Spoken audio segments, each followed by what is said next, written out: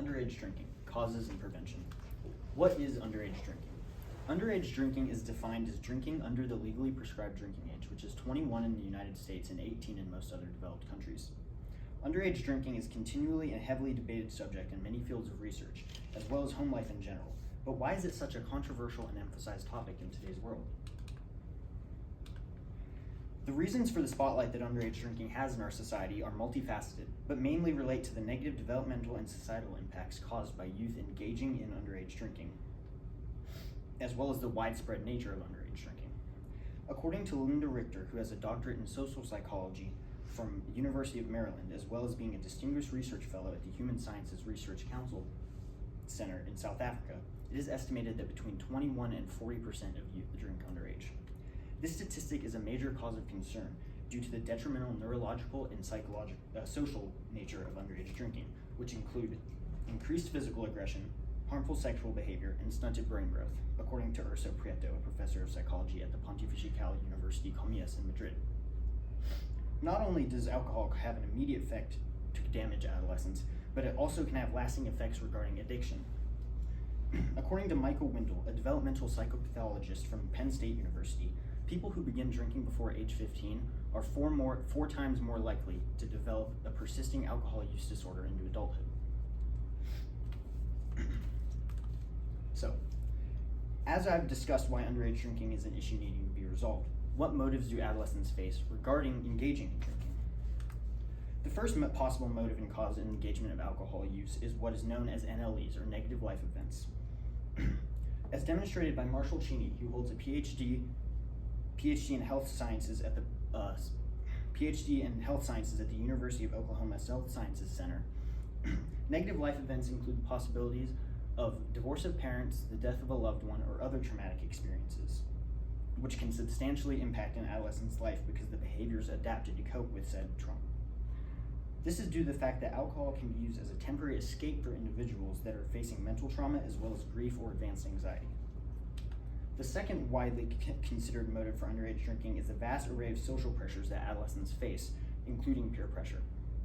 Citing a paper written by Marlon Munt, a professor at the Department of Family Medicine and Community Health at Madison, Wisconsin, alcohol-using peers were consistently predictive of an adolescent's own drinking behavior, showing that usage by co-similar age groups of peers has an extensive influence on an individual's likelihood of consuming alcohol.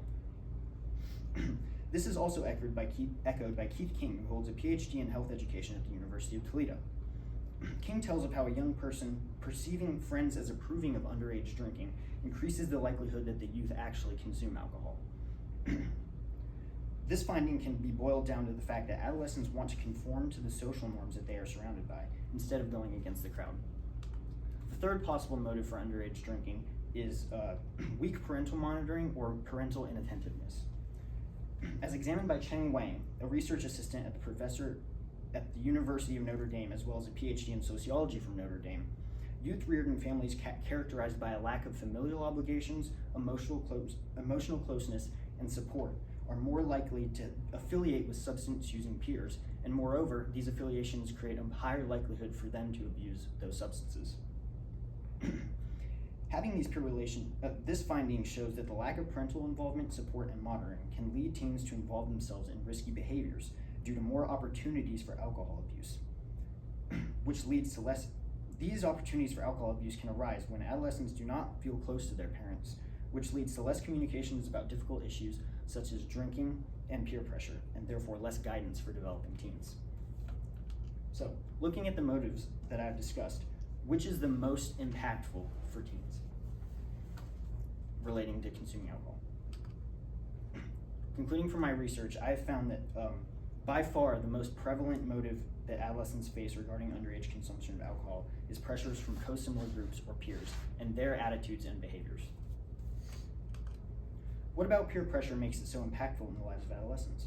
One reason for this is that as children start to mature into adolescence, social connectivity increases and an overall expansion of socialization and social circles occurs, as well as a simultaneous increase in independence from parents. These two facets of peer pressure are explained respectively as the peer socialization framework and parental distancing hypothesis by Rebecca Bucci, a postdoctoral fellow at Harvard University, as well as having a PhD in criminology from Penn State University. This hypothesis expands on the idea that as adolescents have more extensive social networks, as well as natural distancing from parental control, the rate at which alcohol abuse is abused increases due to an increase in possible negative peer influences. As previously explained by Keith King and Marlon Munn, having peers around an individual that engage in drinking have a positive correlation to drinking rates of said individual. Taking this into account, as well as the fact that adolescents are exposed to more peers and less parental influence, it is clear why peer pressure can have a massive impact on adolescents. To combat the prevalent issue of underage drinking, a solution that consists of increasing parental monitoring and connection is vital. This will in turn create an environment where teens will have the ability to choose and make social bonds with uplifting and positive influences, as well as having personal responsibility, courage, and confidence to go against behaviors that they know are harmful.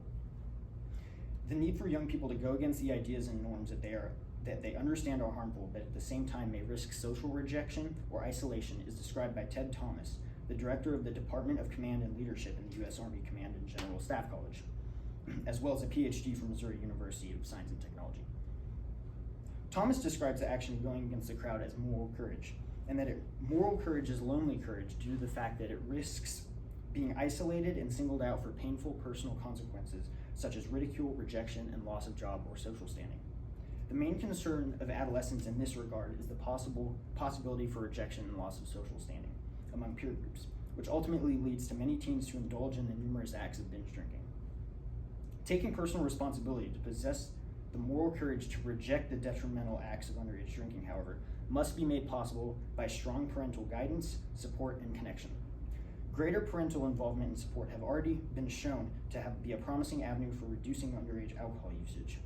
It has been evident that parental monitoring and supervision have been negatively associated with adolescent alcohol use, meaning the more parents are involved in their adolescent's life, the less likely it is for them to have negative peer influences, according to Chen Wang. Teens need support from their parents to be able to build moral courage, which in turn leads to the ability to say no to negative peer pressures. Okay, Tony, very good, thank you. Okay, Tony, how did your research question evolve as you moved through the research process? So originally my research question was based on substances in general, and it wasn't directly related to alcohol, and not necessarily peer pressure either, because I was just trying to see rates of substance abuse and what could possibly cause that.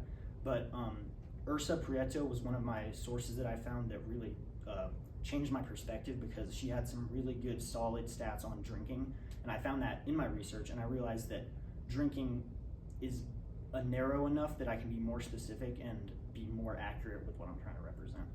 Okay. And what are the implications of your findings to your community? The implications of the findings in my community are that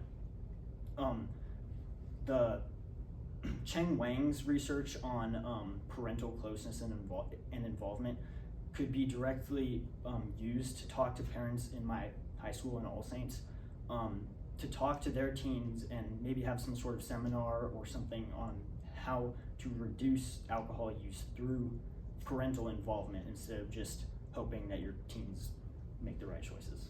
Okay, nice.